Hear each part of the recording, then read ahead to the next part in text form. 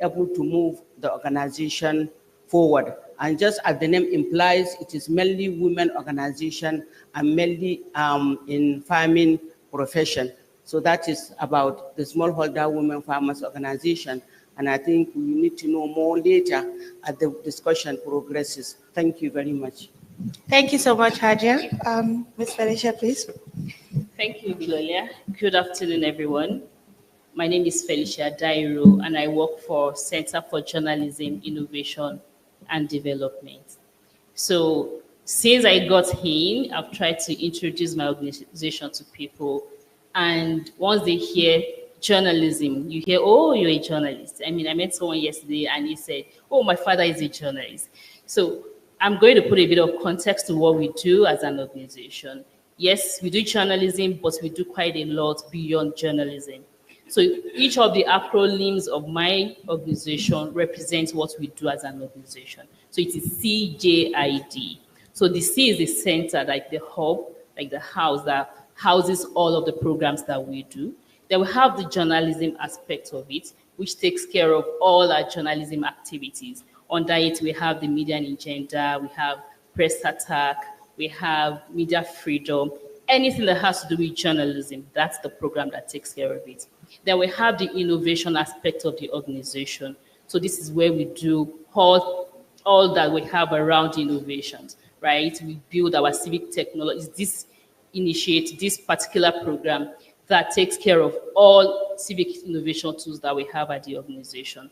Then we have the development program, where we do a lot of policy advocacy, we do a lot of research, we do capacity building for journalists under the development program. So in a nutshell, CJID is the technology and knowledge producing think tank in Nigeria, and we have a presence across Anglophone and Francophone African countries. Thank you. All right, thank you so much, Mrs. Felicia. So over to the only male in our midst. Thank you so much, Ibilola. Good afternoon, everyone. My name is Deji Ademefo, and I work for International Budget Partnership. International Budget Partnership, basically, we make budget work for people. And what that means is that we are more focused on the last mile, like the smallholder women farmers we have here. That's what we do, engaging the budget processes from initiation to actual monitoring and evaluation of that process. So we build capacity of communities to be able to engage the budget process and conduct analysis around budget. And recently we just published analysis of OBS report in 125 countries of the world. I invite you to check it online, internationalbudget.org, where we using data to inform policy decisions and engagements at that level. So basically beyond that, more specifically, we implement a program called the Strengthening Public Accountability for Knowledge and Results, the SPARK program, where we support smallholder women farmers. It's a movement of over 28 million smallholder women farmers in Nigeria. So data is important to begin to talk about issues of smallholder women farmers and how that translates to government policy decisions and impacting the last mile, which is the community of those farmers. We also do what we call engagement in the budget process of the maternal health outcomes in Nigeria. And I'm excited to see that some of the government functionaries seated here, basically in some focus states across the country, also ensuring that maternal health outcomes at the primary healthcare center also work for women, and we can reduce the rate of maternal mortality.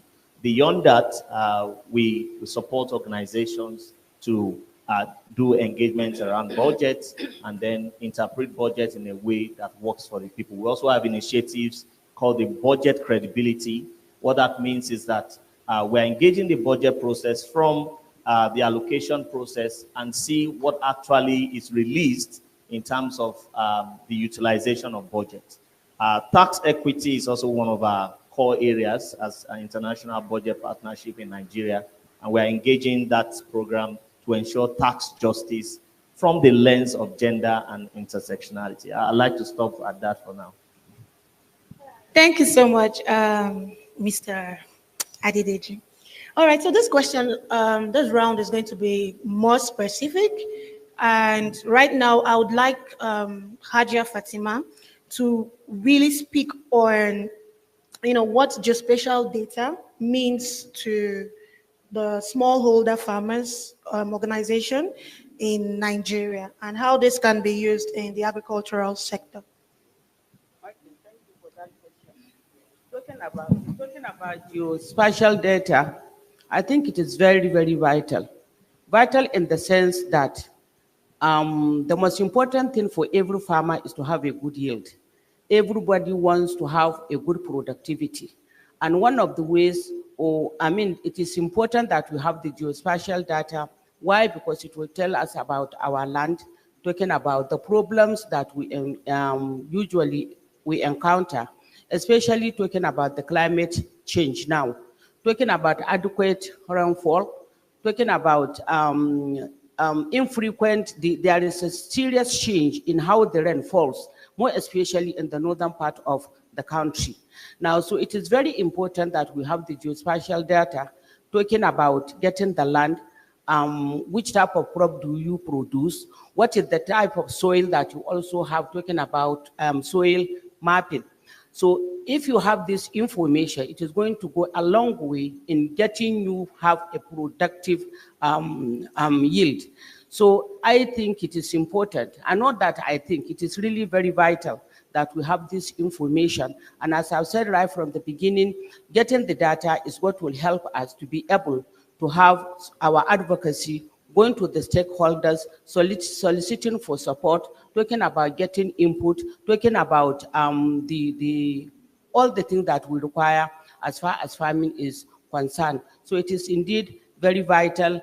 And just as Mr. Deji has made mention, the international budget partnership, they are assisting us, or we are partnering with them to be able to get us trained and also to get us supported in getting our data from the 36 states of and also FCT, to be able to see we take an inventory, so we take an evidence-based data, talking about the number of women we have in each of the 36 states and also FCT, and then going forward, we'll be able to get all this information that is required as far as data gathering is concerned. Now, in all the advocacies we have made initially, we have been going with that data that we had before, which we cannot say is evidence-based. But now with the support from the IBP, we will be able to say that this is the data we have, and this is how it is also going to help us. Now, we are also going to make necessary support as far as getting the data is concerned as smallholder women farmers organization in the country. Thank you so much, Hajia. The next question is to Felicia. The CJID, a journalism, innovation, and development sector, has utilized data in creating innovative solutions in the media space. So could you provide specific examples of multidisciplinary projects that have effectively utilized geospatial data to address complex issues? Thank you, Bilolia. So we've been having several conversations on geospatial data since yesterday, right? And for me, I think geospatial data is that tool that helps bridge that gap between the digital world and the physical world. It's that tool that helps, unearth the hidden truth. It's that tool that helps speak to the reality, because here we are talking about data. Data is real. Data is reality.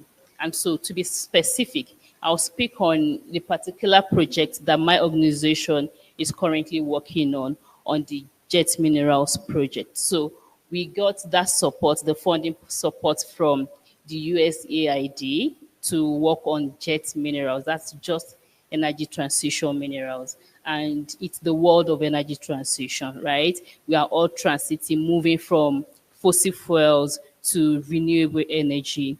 And so we realize as an organization that during this transition period, there's going to be so much pressure on the solid mineral sector, particularly the green minerals, because these are the minerals that we need for all our renewable energy stuff that we are doing, just like the electric vehicle, the solar panel. We need all of these minerals. However, how do we ensure these minerals are mined sustainably? How do we ensure we constrain opportunities for corruption in the green mineral sector? So we proposed several activities to achieve that objective. And one of the vital one that we are doing currently is on data gathering and data collection.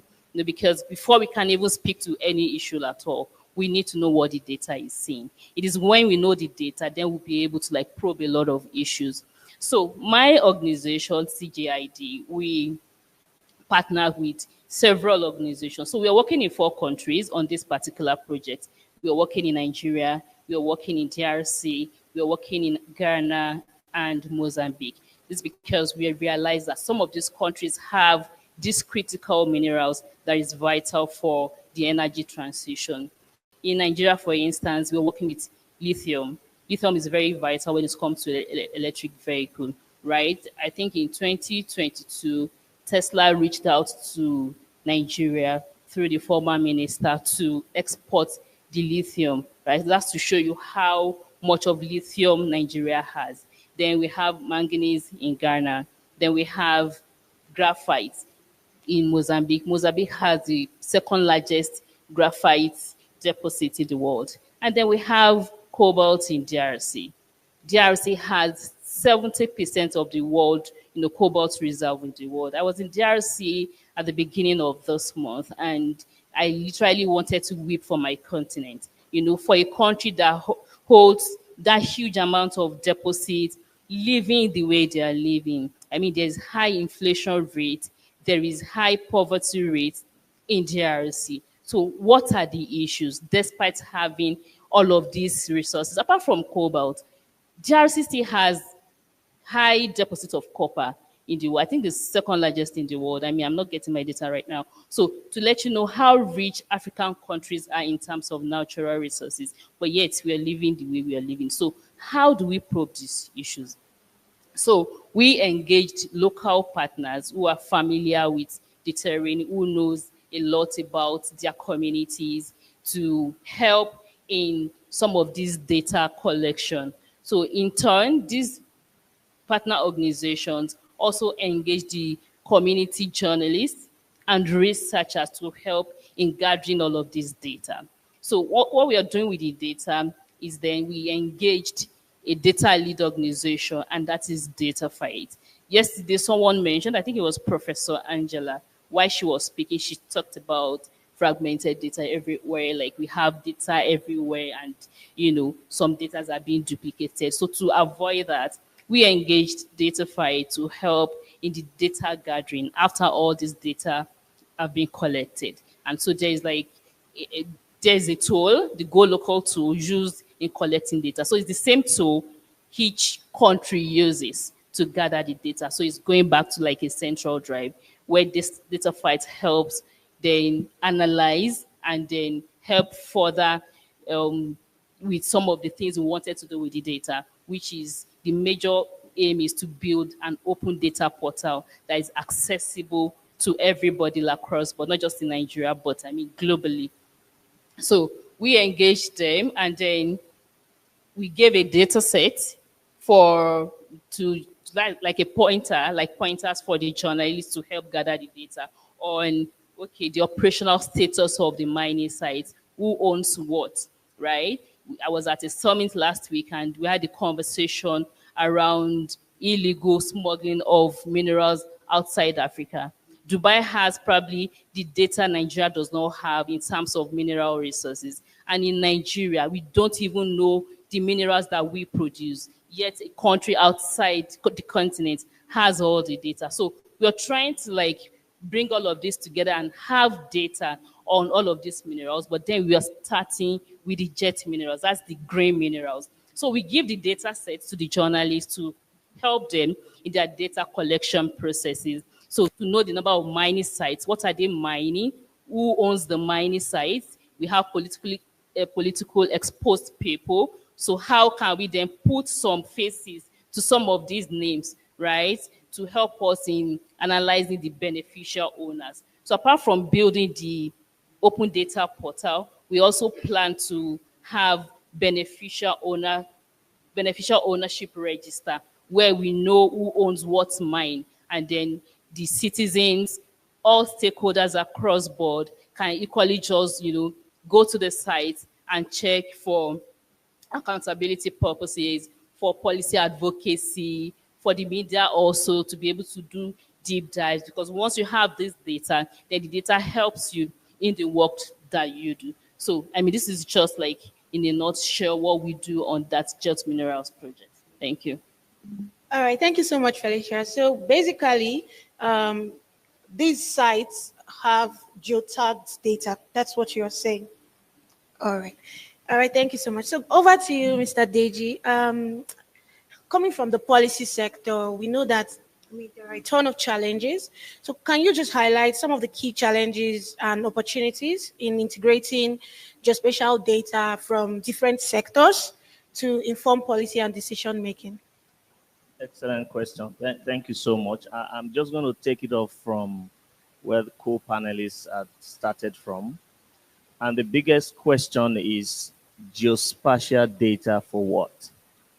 And that is where we come in terms of engagement with the policy environment to use data to inform government policy decisions and actions to impact the last mile. If you recall our conversation around the people, the data, the tools, and the last mile, data does not translate to results if impact is not measured on the last mile, which are the people. So in terms of opportunities that exist, the first thing is that, and coming specifically, for instance, to the context issues of smallholder women farmers in Nigeria, over 70% of these smallholder of farmers in Nigeria are smallholder women farmers, estimated at about 28 million of them. Unfortunately, there is no accurate statistics to say this is the number, where they are located, what their issues are, the kind of crop of farming they do. There's not such statistics. And if you recall in the last plenary session presentation, when one of the duty bearers from Anambra State, the Honorable Commissioner, was very expressive to say, we do not have this data. And that is why we are bridging the gap through a cross-sectoral approach, multi-sectoral approach, working with the rural communities, co-creating solutions with them to ensure that these data gaps are bridged. So in terms of opportunities, there are huge opportunities to translate geospatial data to influence government policy decisions and actions. In terms of not just budgeting, in terms of implementation of government priority actions and putting in context in agriculture and, for instance, in maternal health outcomes where we promote. Another opportunity that exists is using geospatial data in the distribution of resources to smallholder women farmers. And I'm putting in that context because that's exactly what we are trying to focus on. In terms of in Nigeria, I've already identified a challenge of inadequate data for smallholder women farmers, reference point for planning and execution of government action. In fact, to target these farmers is really difficult. So you have gatekeepers in between who uptake the opportunities that are supposed to go to real farmers at the grassroots because there is no credible database in all of that. So the second one is around opportunity for geospatial data. It's around using data to influence and inform the distribution plan of farm inputs to smallholder women farmers. So for instance, there's a soil map analysis that has been done in Nigeria. And this soil farm analysis expressly, and I'm putting in context, the context could be different from other countries. The soil map analysis does not permit government to send fertilizers, same kind of fertilizer, to all locations in the country. But government does not have the information that is relevant to understand that the kind of fertilizers that will work on a soil in the southern part of Nigeria will be different for what is important for the soil in the northern part of Nigeria. And these are some of the conversations that is ongoing in terms of using geospatial data to really inform government policy decisions and actions.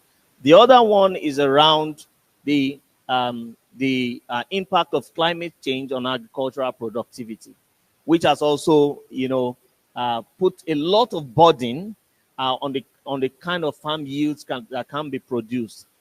Smallholder women farmers are migrating from their locations. Some of them cannot go back to farm because there's flooding, there's all of that. But geospatial data can really help to track some of these across the locations that we are working with. So basically, in a nutshell, it is important to understand and we have brought in the conversation around gender and intersectionality, which is also important. So you are not going to just talk about smallholder women farmers in their homogeneous form.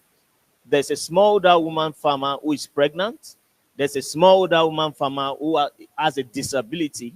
And from the cluster of disability, you are going to be talking about the deaf, the blind, right? So you are not just going to talk about women. As women, you are going to look at the intersectionality by their locations. And those are the kind of data that is relevant for planning in terms of government policy decisions and actions. The biggest challenge has been co-creating geospatial data interventions with the communities themselves. Because if you do not co-create, it is difficult for you to get accurate statistics or even have sustained actions beyond collecting the data. Yes, you would deploy the tool and all of that to collect data, but what does it mean for the last mile? And that's the biggest conversation we're also bringing to the table. Yes, we are able to map all of the locations where these women are, their peculiarities by their own context. And I give you a straight example again. So in the northern part of Nigeria, you could have incidences of drought that is affecting farm yield. In the southern part, is a flood-related issue, right? How do you deal with some of these issues without having adequate data, understanding the geospatial details that is relevant, again, for planning? And these are some of the context issues, opportunities, broader opportunities exist within that. Smallholder women farmers are also accessing credit facilities, opening spaces for them to market their products. This and much more geospatial data can help to accentuate. Thank you. Thank you so much, Mr. Dede. And based on this, I'm going to ask this question to Madam Hajia Fatima.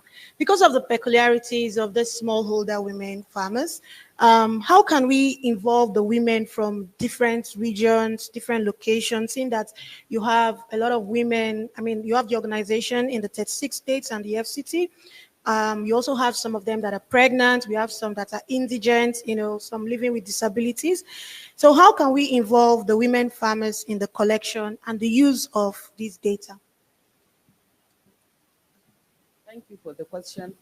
I think most importantly, the women farmers need to be aware of the collection of the data itself, because it has not been happening in some areas or in most of the areas. So the women farmers in the first place needs to be aware that there is the need for the data to be collected. They also need to be trained so that they will know exactly what is required of them. There should be training and also workshop being held for them to be aware and also to know exactly the responsibility and also the expectations from them. They have been farming. They know the conditions that is around their area. They can be able to tell us exactly how it is, what is the land, what problems have they been having, so that they can give history or narrate to whoever is there to collect the data or to get them involved as far as data is concerned. They can also be able to participate in surveys, in land mapping, and also to participate in observation itself, as far as talking about the soil, talking about the condition of the land, What type of plants have they been planting? How were they able to get it, whether it was well and done or not well done? The women farmers could be able to say this because they have been in the practice. Now, we should also consider that 70% of the workforce in farming is done by women. 70% up to 80% of these women are also in the rural areas. So when you talk about getting feedback, when there are the geospatial tools are being in place, we'll have to consider the way that this woman will be able to give feedback, because there is the need for feedback, there is the need for sustainability. So we'll have to consider that these people are in remote areas. Whatever tools we are going to develop should be something that they can be able to use without necessarily talking about electricity, because that is out of the question. Talking about electricity, getting them phone calls or whatever. So we should be able to consider tools that are going to be used for these women to be able to give us feedback as far as the data collection is concerned. The more reason why I talk about importance is because if you don't know the reason or the importance or the significance of what you are doing, then that definitely will not pay attention or much attention to it. But once you tell them that this is the reason why we need this data, I'm quite sure every farmer will be able to participate as far as collection of the data is concerned. Now, I don't know whether and what is her name? And Ibilola is going to ask me a question about challenges. So many challenges are being faced by these women. And once you talk about the geospatial data, getting them these problems being solved, I'm quite sure they will participate 100%. So many issues, you talk about poor road, you talk about poor infrastructure.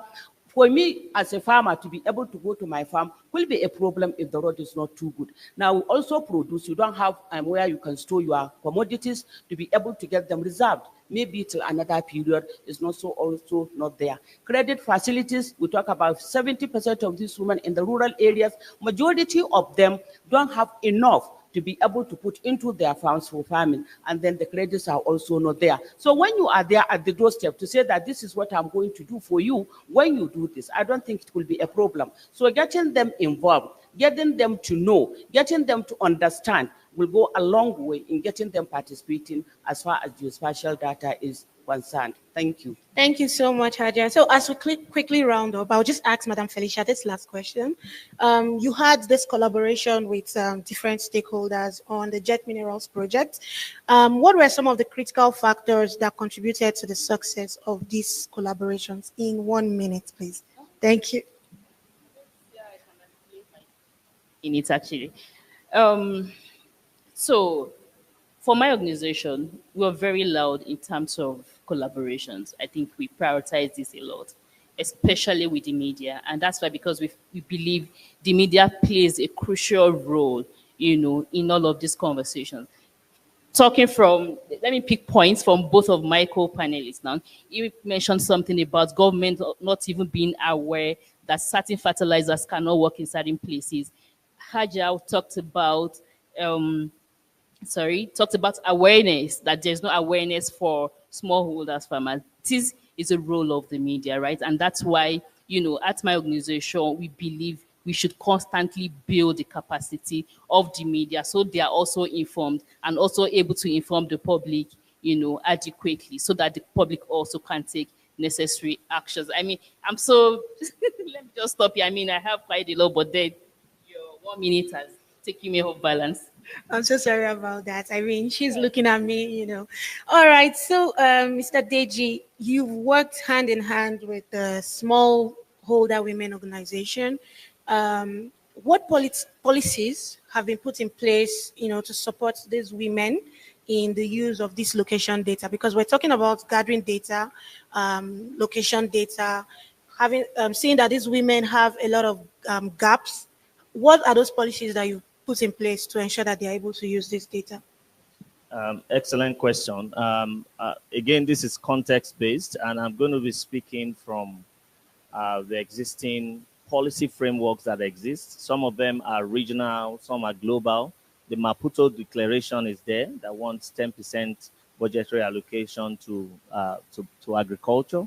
At the national level, you have the National Gender Policy on Agriculture that speaks to 35% affirmative action on agriculture. These are policy frameworks that exist. But coming back to geospatial, use for all of this, is to say that geospatial data is solution driven, and having understood the problem to be solved, there's the need for that cross-sectoral synergy, the interest of different stakeholders. Like I see a lot of tech actors, geospatial experts in the room, and they're talking about how they can use geospatial tools to influence impact on the last mile, the people.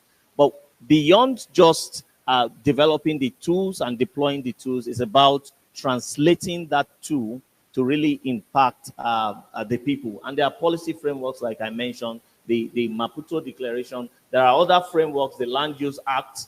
One of the challenges of smallholder women farmers is women don't have access to land in Nigeria, access, ownership, and control. And that's one of the biggest. That dynamic is a bit changing with a lot of engagement, but then the challenge is still there. So you can continue to use geospatial data to also engage the policy environment in terms of giving adequate, credible information with precision on how to target this smallholder farmer. So it's about providing solution. It's about bridging the gaps. It's about providing data that really transforms to impacting the lives of the rural communities.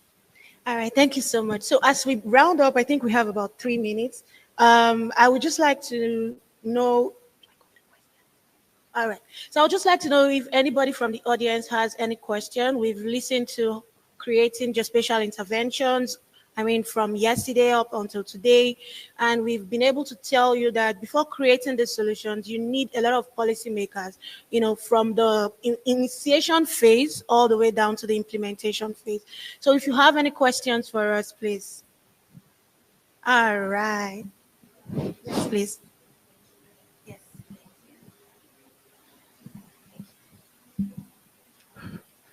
So thank you very much. Actually, geospatial and agriculture is a topic I'm particularly interested in.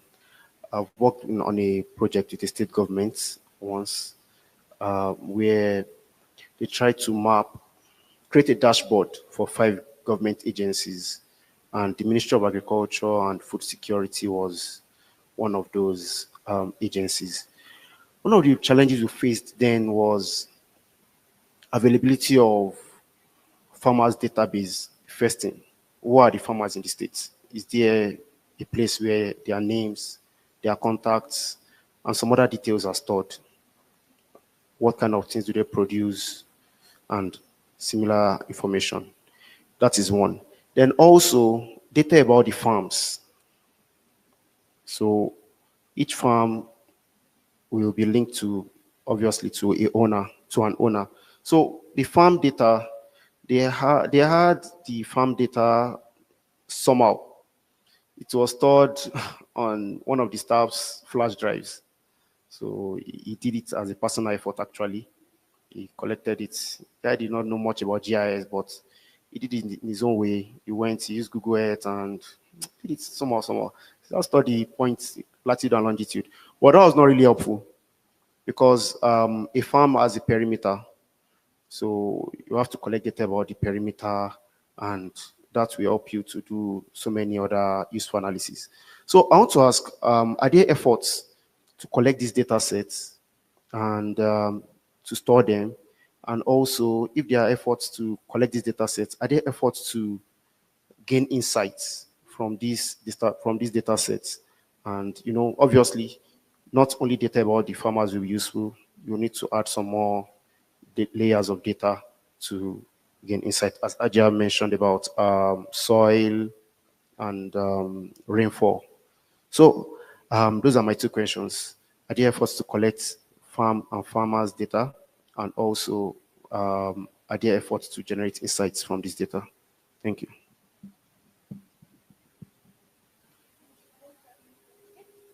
Okay, maybe Ajay would like to answer, but maybe I could take that. Actually, there are ongoing efforts to bridge the data gap. of smallholder women farmers in Nigeria.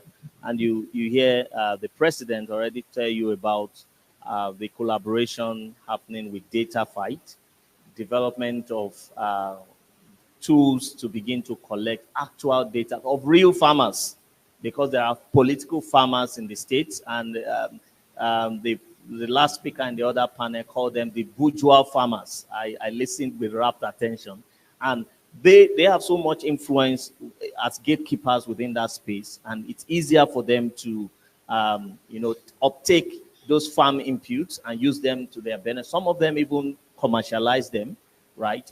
So there are efforts to bridge that gap. There are a lot of data everywhere, no coordination, no synergy, and that's why this cross multi-sectoral approach is very important. Ministry of Agriculture, Ministry of Water Resources, Ministry, all cross-sectoral, the ADPs in the state, Agricultural Development Programs, they're very exigent to ensuring that data of smallholder women, the actual farmers, are captured, and efforts are ongoing. Of course, there are barriers and challenges, but that is being bridged. And we are excited to hear that efforts are also being started in Anambra State in Nigeria to also collect this data. So Anambra is one of the states that the SPARK program is running, and there are collaborative efforts on that. Our technical partner, Dataphyte, also has that capacity to run the analysis and share the interpretation of that data for policy decisions and information. President. Yes. What I want to add to what you have said, Mr. Deji, is that I think right from the beginning when I was talking, I made mention about data collection, that we are on it, supported by IBP and also Dataphyte. Now, I think the very most important thing as far as a farmer is concerned, nowadays, more especially in Nigeria, is talking about food insecurity.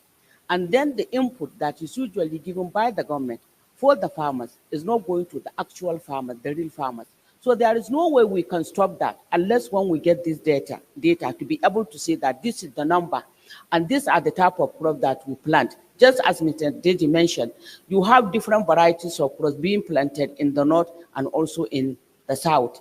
You cannot carry, plantain, and say you are going to plant it in Sokoto State. It will not do. You cannot carry seeds of maize, of millet, and say that you are going to plant it in the south. So when it comes to giving the input, there is the need for us to exactly identify what and what goes to who, and what also goes to who. Definitely, if you don't do that, then you are not making sense in what you are doing. He also made mention about fertilizer. Now, just yesterday, I was going to my room, I saw a neem tree. If you look at that neem tree, you will see how small it is compared to the neem tree in my own state, because of the what? Because of the water or the rainfall that is too much in this particular area. It doesn't grow, it's not growing well. So that is exactly what is going to happen. That's why we feel this data is very, very important, and we are on it. We are on it.